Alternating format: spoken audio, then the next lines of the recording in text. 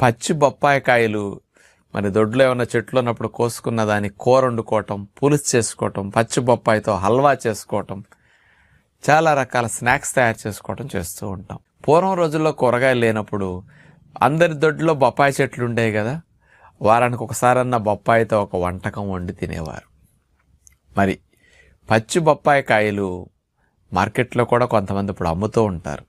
కొంతమంది ఇట్లాంటి లాభాల కోసం ఉపయోగిస్తూ ఉంటారు. అలవాటుగా వచ్చిన పచ్చి బొప్పాయిని వండుకునే విధానంలో కొంతమంది ఇట్లా ఫ్రెష్గా కూడా ఏదైనా సలాడ్స్ రూపంలో అట్లా చల్లుకుని కూడా తింటూ ఉంటారు.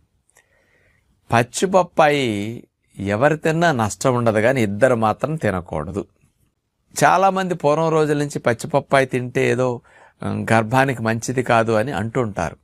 అది అసలు కరెక్టా కాదా, సైంటిఫిక్గా దీని వెనక ఏదన్నా వాస్తవం ఉందా లేదా అని వెరిఫై చేస్తే 100% మన పెద్దలు మన ఆచార